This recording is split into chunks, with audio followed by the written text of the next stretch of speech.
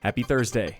Phil Lindemann with your Krystal 93 News at noon. There's absolutely nothing written down about having to wrangle a cow as a police officer. This is the story behind the video of a runaway cow on I-70 near Vail. It's one of those things you hear and there's no way there's a cow on the interstate. And then sure enough, come around a little bend and there's a cow running down the center of the interstate. That was Vail Police Detective Greg Schwartz. He is usually working the desk, but when a semi-trailer moving cattle got stuck in a snowstorm, he and others thought like cowboys. One of the guys from CDOT, one of the snowplow drivers from CDOT, jumped out of his truck and was helping. He actually had some livestock experience and is the one that got the rope around the cow's neck, which was nice. With the animal roped, Detective Schwartz called in mobile concert fencing, literally called cattle guards, and corralled the animal with 9 others for a slow and synchronized walk back to its trailer. Number one, I didn't want the cow to get hurt. Number two, there's so much frustration involved in I-70 and traffic accidents and pass closures. And basically, they were able to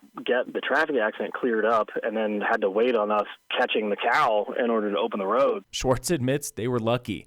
There were 50 other head of cattle in that trailer that never escaped.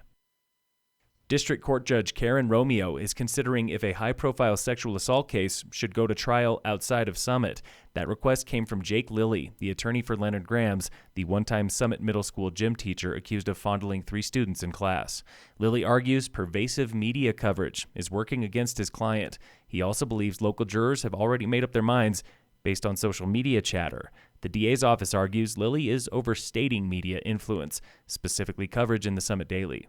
The judge rules on these motions in coming weeks before the jury trial, still scheduled for Summit in late April. For a third time in 4 weeks, students in Summit were on lockdown yesterday for a fake threat of violence known as swatting. And for a third time, law enforcement treated it like the real thing.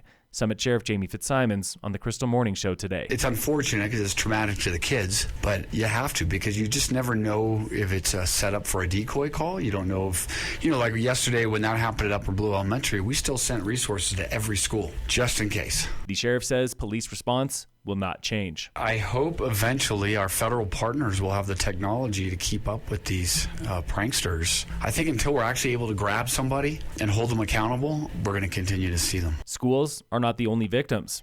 Other recent swatting calls have targeted large mansions on the Front Range. Local avalanche danger is moderate today at every elevation in Summit County and the Vail area.